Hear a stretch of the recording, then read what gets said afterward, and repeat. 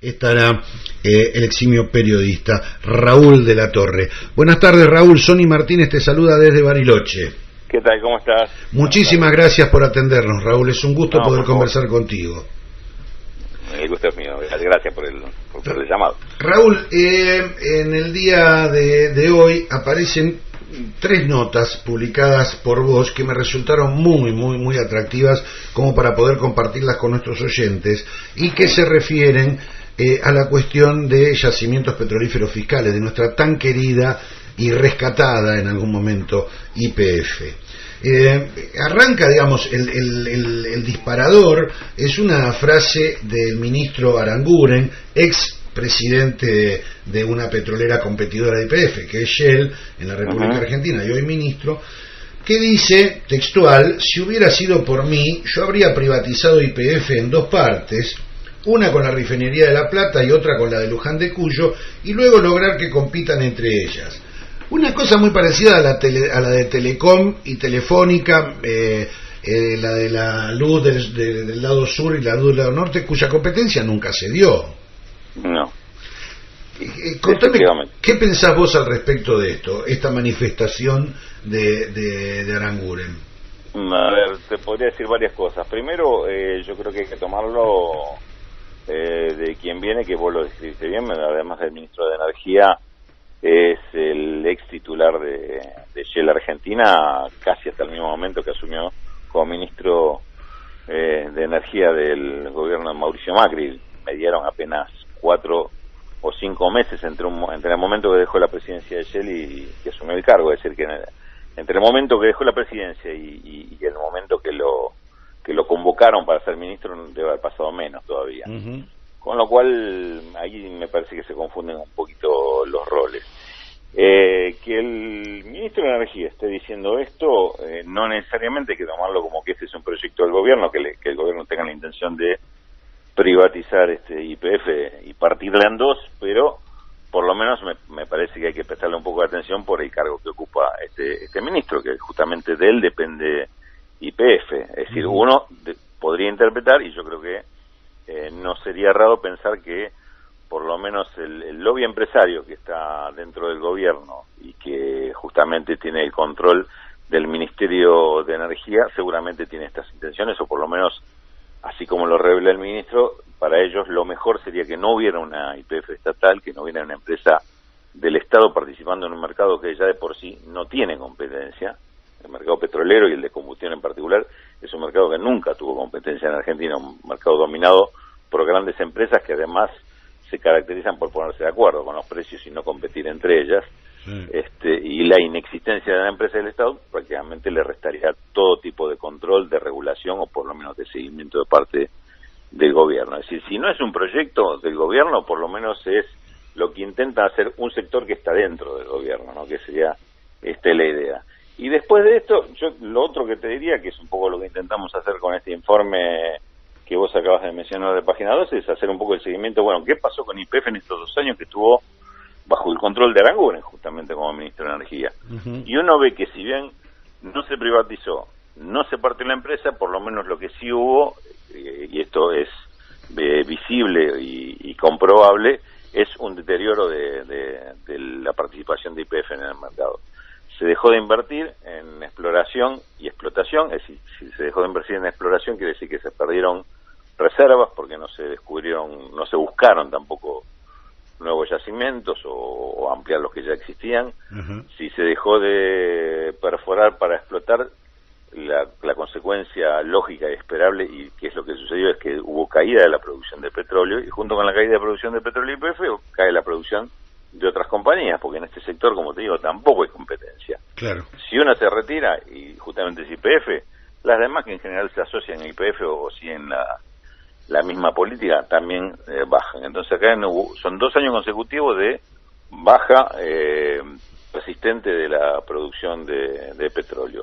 Por lo tanto, hubo baja también de la producción de combustibles, y lo que esto provocó es que hubiera más importación de petróleo para poder abastecer al mercado interno. ¿Quién importó? Antes la que importaba eran empresas estatales, Enarsa, YPF, claro. El gobierno de alguna forma tenía el control de ese abastecimiento externo. Hoy no, hoy ves que la principal importadora de petróleo es Shell, nada menos. Ajá. Es una empresa privada, es decir, que ni siquiera tenés el control del abastecimiento que tiene que venir del exterior, sino que convertiste eso en un negocio de una empresa privada, justamente la empresa a la que estuvo vinculado, y digo estuvo, no sabemos bien si no sigue vinculado, porque después de retirarse, Aranguren se mantuvo como accionista de Shell. Sí, con un bono de acciones que también le habían dado, ¿no? Un caso parecido al de Echeverre, ¿no? Claro, después de casi 30 años en la empresa. Claro, cuando se fue le dieron un paquete accionario importante a modo de agradecimiento por los servicios que iba a prestar, no por los servicios prestados. Sí, exactamente, bueno, esta es la idea. Con lo cual, digamos, acá se da el doble fenómeno. Hay una intención de un grupo empresario que está enquistado en este gobierno, por lo menos es parte de este gobierno. Está mal la expresión enquistado, porque enquistado sería un cuerpo extraño. Sí. Y los grupos de las corporaciones empresariales no son en realidad extraños a este gobierno. Y por el otro lado está lo que pasó con YPF, que está sufriendo un deterioro persistente en su accionar, en sus inversiones, en su participación en el mercado, producto también de esta política. Me parece que esto es lo que quisimos llamar la atención y me parece que es un tema a seguir y por lo menos a discutir, ¿no? Por lo que significa un sector tan estratégico como el de la energía, en particular el de petróleo y gas. Claro. Raúl, seguramente si vos hiciste este estudio viendo la caída en la producción en estos últimos años, habrás tenido posibilidad de chequear cuál era el comportamiento de esta curva en los años anteriores. YPF tuvo en los últimos años de gobierno kirchnerista, digamos, un crecimiento en sus números de explotación y exploración. Mira, YPF tuvo un cambio rotundo en cuanto a este tipo de accionar a partir del año 2012, es decir, el año que se retomó el control estatal de la empresa. Abril 2012 salió la ley de recuperación de las acciones de YPF junto con una nueva política petrolera para el país. Cuando se la expropia el Estado, se la expropia Repsol. Exactamente. Eso ocurrió en abril 2012 y esto se nota inmediatamente en el segundo semestre del año 2012 y mucho más claramente en el 2013 como hay un cambio de política. En el segundo semestre del 2012, con la cantidad de perforaciones que empieza a hacer YPF, tiene un accionar mucho más activo en el tema de perforación de pozos. Y al año siguiente, esto ya se traduce en producción.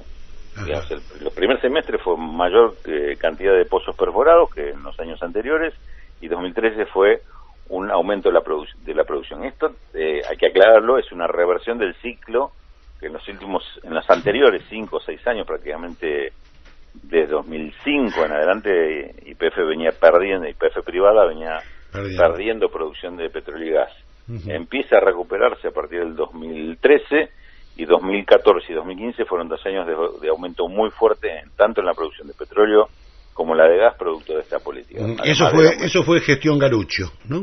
Gestión Galuccio, exactamente. Miguel Galuccio, hasta 2015. Claro. En 2016 y 2017 vuelve a darse una reversión, pero esta vez a la baja, en el ciclo de inversiones, de perforaciones y de producción de YPF. Otra vez tenemos una curva a la baja a partir del año 2016, de que ya son 2 años consecutivos de caída de la producción. Eso se nota muy clarito la diferencia en la curva, que venía hacia abajo hasta 2012, 2013, 14 y 15 sube y después vuelve a bajar en 2016 y 2017. Cambios de política muy claros y que los resultados son inmediatos. Claro. Y yo me pregunto, en esos años del 2012 al 2015 de curva ascendente, esto hacía que nosotros tuviéramos que importar menos cantidad de combustible, más o menos, ¿no? Porque había un crecimiento de la economía que también requería más cantidad de energía eléctrica y esto requería más cantidad de petróleo, pero había, digamos, cuotas diferentes en cuanto a la importación. Quiero decir, al fin y al cabo, que YPF funcione bien en la economía en la que estamos viviendo implicaría menos necesidad de dólares para importación. Mira, Sony, fue tan así que inclusive yo te diría que el tema de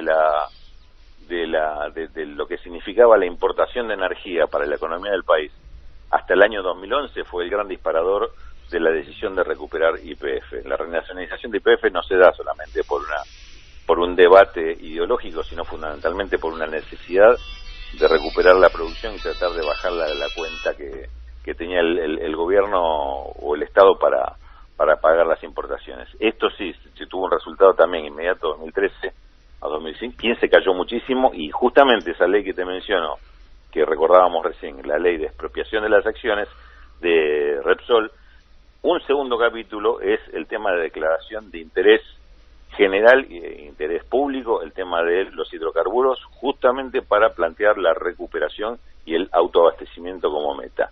Claro. Esto, sin haberse cambiado la ley, porque no se cambió la ley después de 2015, esta meta se abandonó por completo. También esto que está ocurriendo con YPF es porque esa ley no se está respetando, no se está haciendo nada para mantener el autoabastecimiento, sino que, por el contrario, ahora volvemos a ir alejándonos rápidamente de la posibilidad de autoabastecimiento, y cada vez la cuenta de importación en energía empieza a ser otra vez una carga, un ladrillo muy importante sobre la mochila, ¿no? Claro, en una economía en la cual tenemos un déficit comercial que es récord de récord en la historia argentina.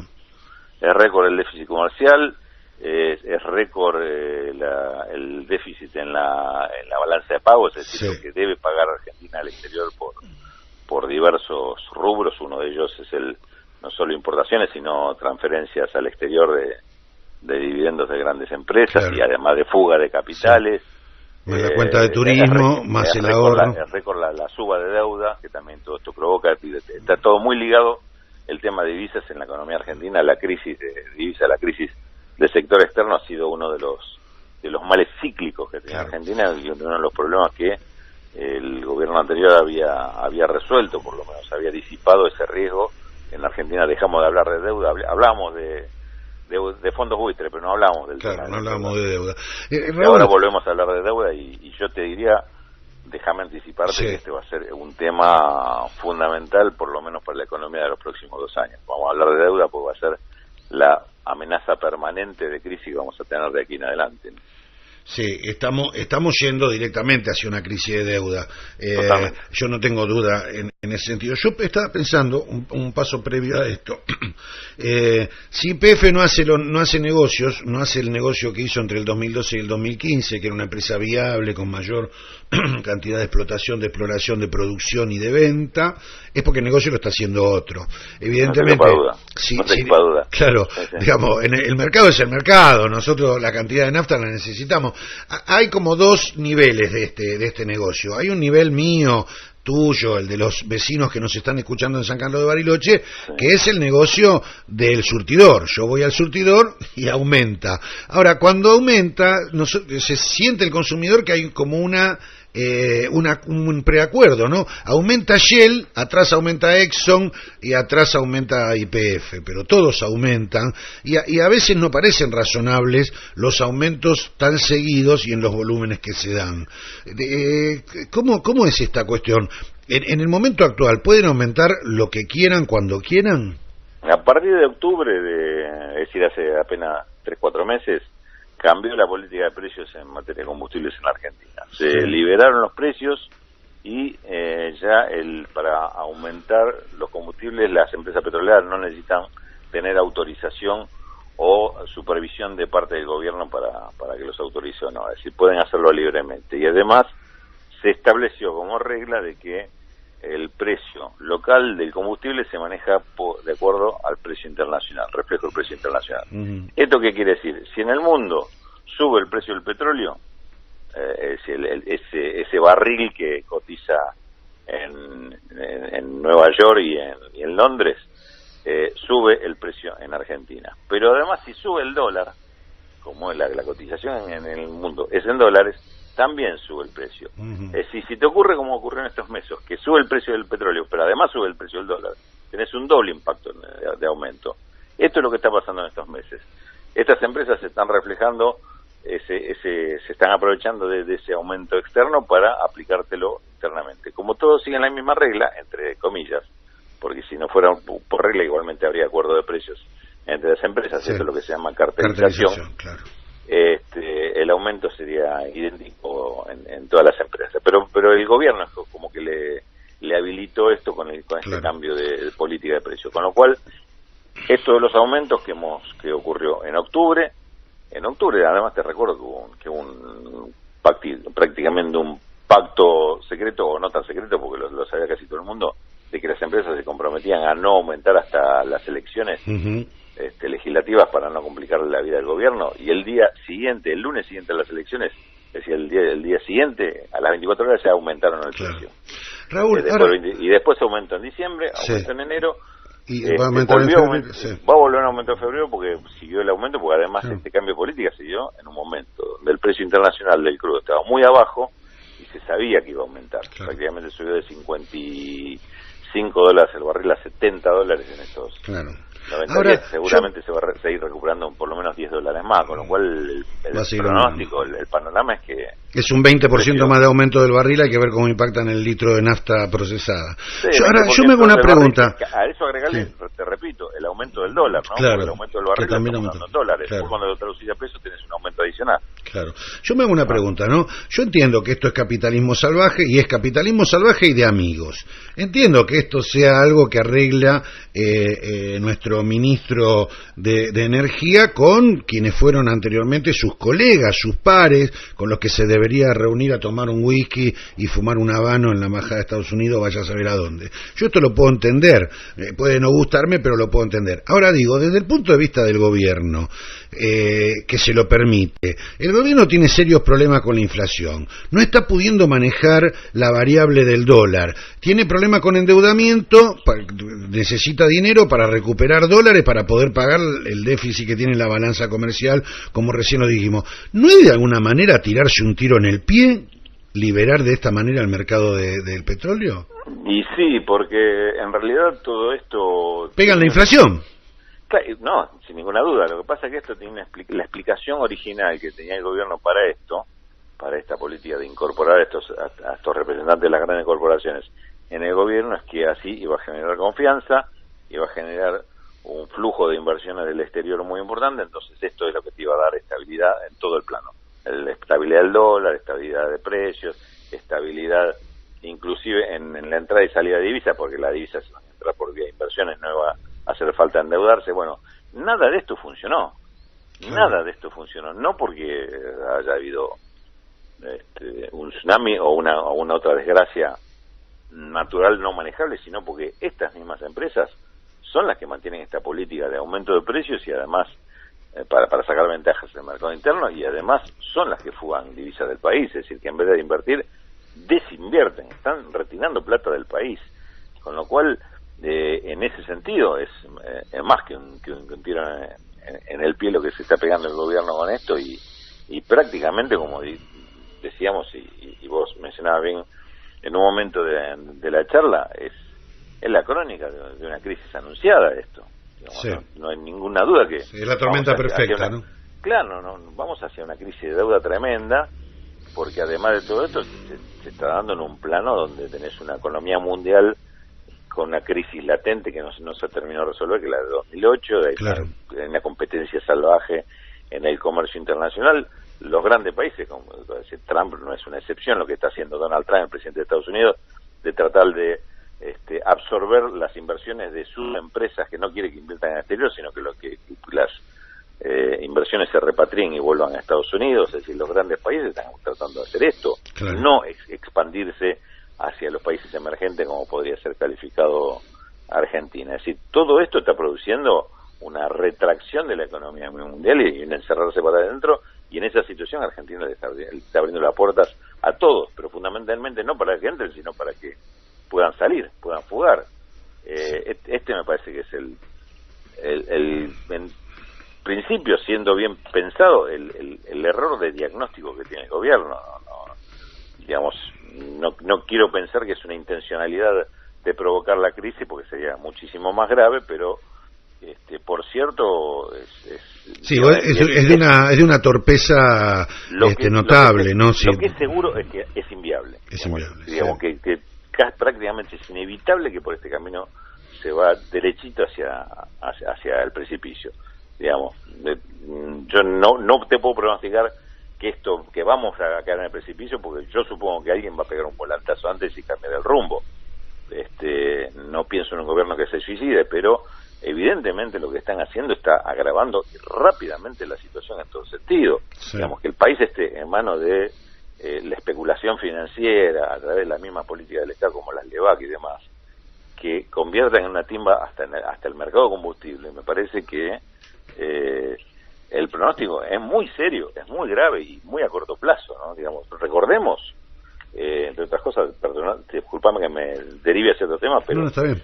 Si se hizo la reforma previsional, hubo propios funcionarios del gobierno que reconocieron, o del oficialismo, que reconocieron que la reforma previsional era una urgencia que tenían para, de alguna forma, bajar el déficit y mostrarle al exterior: miren, estamos haciendo un esfuerzo para bajar el déficit, no nos dejen de prestar plata, claro, o no nos encarezcan los préstamos del exterior porque no fundimos, estamos al borde. Está bien, pero mientras tanto ya nos encarecieron, estamos pagando 10 veces más de lo que... O sea, nos aumentaron 10 veces más de lo que le aumentaron a Brasil. Claro. Estaba leyendo en una nota de hoy. Pero, y además de esto, a mí ¿sabes qué vuelo? Bueno, uno tiene memoria, ¿no? Por tantas crisis que hemos vivido. Pero yo me vuelo por ahí, por fines de este año, principio del año que viene, que arranquemos de nuevo con los blindajes, los megacanjes y todo esto con el Fondo Monetario Internacional y el Banco Mundial pisándonos la cabeza.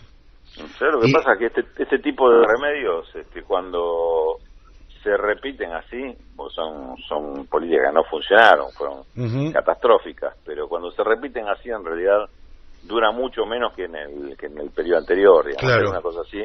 Hoy en Argentina yo no sé si se animarían, si alguien la aceptaría, y claro, si le hacen cuánto dura, ¿viste? Claro. Sí, hay indudablemente tuvimos todo un año 2001 de crisis por este tipo de soluciones, sí, prácticamente desde fines del 2000 a, si no recuerdo mal, al 2001 habrán sido 12 meses, ¿no? Esta política, inclusive antes de López Murphy, sí, ya con Machinea, fueron Machinea, López Murphy y la vuelta a Caballo. Digamos, hoy este proceso seguramente no duraría 12 meses. Sí, hay una aceleración en el proceso de deterioro. Y hay un aprendizaje también, que si repetís un instrumento que no funciona, antes que deje de funcionar el instrumento ya te diste cuenta que no va a funcionar. Entonces... Raúl, te cambio un minuto de tema, abusando de tu gentileza. Hemos recibido aquí en San Carlos de Bariloche, primeramente, y después ustedes lo recibieron por allá, por Buenos Aires, la visita de un hombre canoso, corpulento, que se llama Rex Tillerson. Sí. Acá anduvo a caballo, anduvo por todo el bosque a caballo, parece ser un hombre que monta bien, a caballo, parecía como del séptimo de caballería ahí de Rintintín. Lo raro para nosotros barilochenses es que se reunió acá con la presidencia casi completa de la Administración de Parques Nacionales. Ajá. En Bariloche, en una de las reservas de agua dulce. Este parque tiene 8 lagos, con una reserva de agua dulce impresionante. Cuando vienen los gringos acá, a nosotros no nos gusta nada, aunque estamos rodeados en ese sentido. Y después fue para Buenos Aires y estuvo charlando con el presidente y tratando de elogiar el liderazgo de la Argentina en este área. ¿Cuáles son tus conclusiones, que sos un conocedor de la política internacional, un especialista en el tema, de esta visita? Visitó varios países, creo que no fue a Brasil, no va a Brasil. No. ¿Cuál es tu impresión al respecto de la visita del secretario de Estado y hombre de confianza de Donald Trump? Sí, casualmente recordemos también otro ex director ejecutivo de una petrolera, de Exxon, ¿no? Ah, mira, claro, tenés razón, este era CEO de Exxon, claro que sí, es otro petrolero. Claro, tal cual. Mira, las expresiones que tuvo Tillerson en distintos puntos que recorrió en su gira, inclusive hubo un discurso que los interesados en política exterior le diría que lo busquen, que es el discurso que dio en la Universidad de Austin antes de salir, justo el último día que estuvo en Estados Unidos, antes de empezar la gira. Están marcando cuál es la intención, digamos. Claramente está buscando alinear a los países que Estados Unidos considera más afines a su política,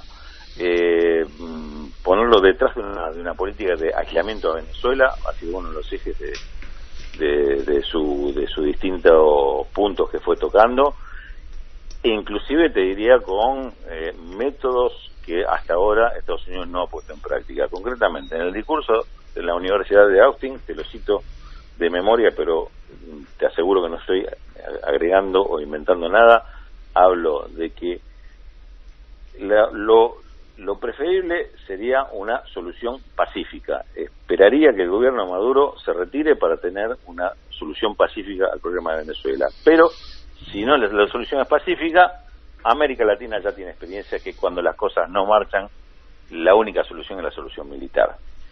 Así lo dijo el prácticamente canciller, el jefe del Departamento de Estado de los Estados Unidos que tenemos de viaje por la región. Después tuvo otro tipo de expresiones que de alguna forma corroboraron esto mismo en los distintos puntos que fue tocando, con cada presidente que se fue reuniendo, y evidentemente con este discurso es que el gobierno argentino lo recibió con los brazos abiertos, porque abraza a Argentina también lamentablemente este tipo de posturas, hablando de Venezuela como que el gobierno es una dictadura, como que el gobierno hay que aislarlo, y en este juego donde aparecen por lo menos algún otro tipo de propuestas, como la cuestión de algún tipo de aislamiento o bloqueo económico o bloqueo comercial sobre Venezuela. Es decir, la misma política que aplicaron durante medio siglo con Cuba, ahora parecería que lo quieren aplicar. Parecen políticas previa a la contrarrevolución democrática de Jimmy Carter en los 80, ¿no? Sí, tal cual. O sea, aquello de las Américas, ¿no? De la Escuela de las Américas. Sí, tal cual.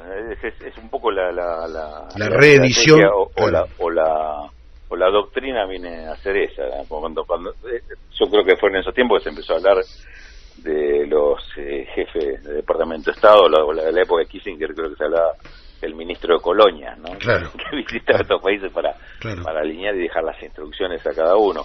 Es lamentable que estemos viviendo tiempos así y que haya funcionarios como que a nivel internacional se permiten este tipo de expresión, y la verdad que lo que me resulta más lamentable es que esto ocurrió hace ya una semana y uno no escuchó las condenas masivas del mundo a este tipo de expresiones. No parece haber condena.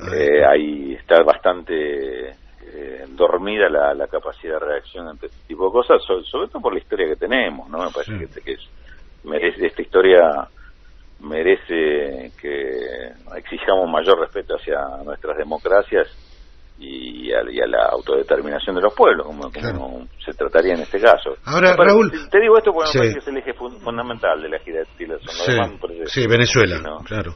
No le veo temas de más trascendencia que Yo pensaba en esto, ¿no? Ante la pérdida, de alguna manera, la pérdida de posicionamiento de Estados Unidos, por ejemplo, monetario frente a China o en algún tipo de económico, de mercado, alguna pérdida que ha tenido geopolíticamente hablando con Rusia en alguna zona del Oriente y demás. ¿Es posible que la política norteamericana esté poniendo nuevamente los ojos sobre América Latina para pisar fuerte acá en América Latina con gobiernos que le sean proclives durante los próximos 20 años para asegurarse recursos naturales, posibilidades de endeudamiento, con lo cual le da también a ellos respiración en su bicicleta? ¿Puede ser esto? ¿Están poniendo los ojos sobre nosotros como un reducto a recuperar? Porque en algún momento parecía que nos habían sacado, que no nos miraban. Sí, estamos olvidados, sí.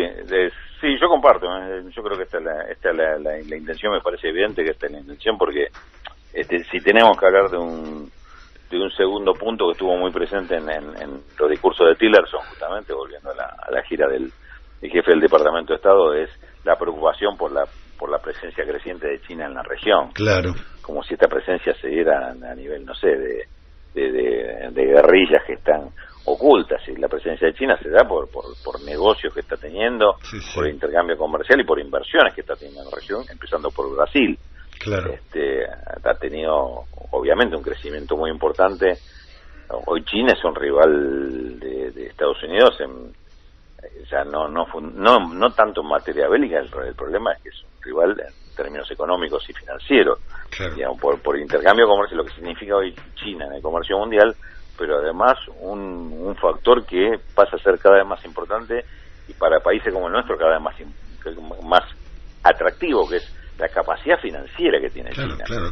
Recordemos que las últimas intervenciones de China o participación en licitaciones estuvieron acompañadas de propuestas de financiamiento de grandes obras. Sí, como las represas en el río Santa Cruz. Que exactamente, con un financiamiento del 100% del valor de las obras. este poder que tiene China para apoyar la gestión de empresas que además son todas empresas estatales, China es muy fuerte y muy atractivo para gobiernos como la Argentina, claro, o cualquier otra región que necesita ese tipo de financiamiento, y aparte es un financiamiento barato. El tema es que si tenemos relaciones tan carnales con el secretario de Estado de los Estados Unidos, una de las cosas en las que va a intervenir es que no nos alineemos económicamente con China. Acordate que esta fue una de las principales discusiones a nivel empresario en la última etapa del gobierno de Cristina. Claro. Yo tengo muy presente un debate que se daba al interior de la Unión Industrial Argentina con este tema, claro, donde Techin era la empresa que encabezaba los cuestionamientos a las inversiones o las asociaciones de empresas argentinas con China. Claro. Decía, nuestros socios, esto es palabra del Roca, de Paolo Roca, sí, el heredero, que decía, en su palabra decía, nuestro socio natural es Estados Unidos. No podemos asociarnos con el enemigo de Estados Unidos. Es decir, claro, esto lo dijo en reuniones de la Unión Industrial, donde generó muchísimo ruido. Yo me acuerdo de haber debatido con empresarios, inclusive sectores que quedaban atrapados en la discusión, y decían, nosotros no estamos interviniendo ni en los acuerdos con China ni en los acuerdos con Estados Unidos, nos están dejando de lado, sobre todo mediano y pequeño empresario, claro, nos están dejando de lado del todo. Y yo inclusive me acuerdo que lo planteé en una nota y ellos se quedaron muy conformes hablando de la tercera posición dentro de la UIA. Claro. Pero la discusión a ellos les pasaba por arriba, pero había una discusión muy de fondo que estaba planteada por Techin, un poco en nombre de las grandes corporaciones tradicionales de Argentina, y tradicionalmente socias de Estados Unidos, defendiendo esa posición y tratando de cerrarle las puertas a China. Así que bueno, sí, por cierto que este es un tema que el gobierno de Trump retomó y a partir de eso retoma la mirada sobre América Latina. Raúl, muchísimas gracias por este tiempo, la verdad es un placer poder charlar contigo, amigo. No, para mí también, la verdad que te agradezco mucho, les agradezco mucho. Y esperamos que en algún momento podamos organizar una venida tuya para acá, para Bariloche, para que puedas dar una charla en alguno de los locales que tenemos por aquí, la Biblioteca Sarmiento o algo por el estilo, y poder hablar de diversos temas con el público en vivo, porque todo el público, desde que arrancamos la nota con vos, empezó a sonar el WhatsApp, empezaron a llegar mensajes. Sí, porque a ver... No, me das una alegría muy grande con eso que me decís, y bueno... No, es que bueno... Con la invitación me entusiasma mucho más. Te aseguro que soy mucho más barato que Tiller. O sea, no me vas a pedir un caballo zaino para dar vuelta por el bosque, no. Te aseguro que ni me atrevería. Un caballo árabe. Raúl. De alguna calecita que tengas. Claro. Raúl, te mandamos un abrazo muy grande y nuestro agradecimiento por compartir con nosotros estas ideas y poder reflexionar junto a nuestros oyentes. No, gracias a ustedes y bueno, ojalá se haga. Nos podemos encontrar. Lo vamos a instar. Un abrazo, ahí está. Raúl de la Torre. La verdad, para mí, un lujito en la radiofonía sabe de todo y muy clarito. No.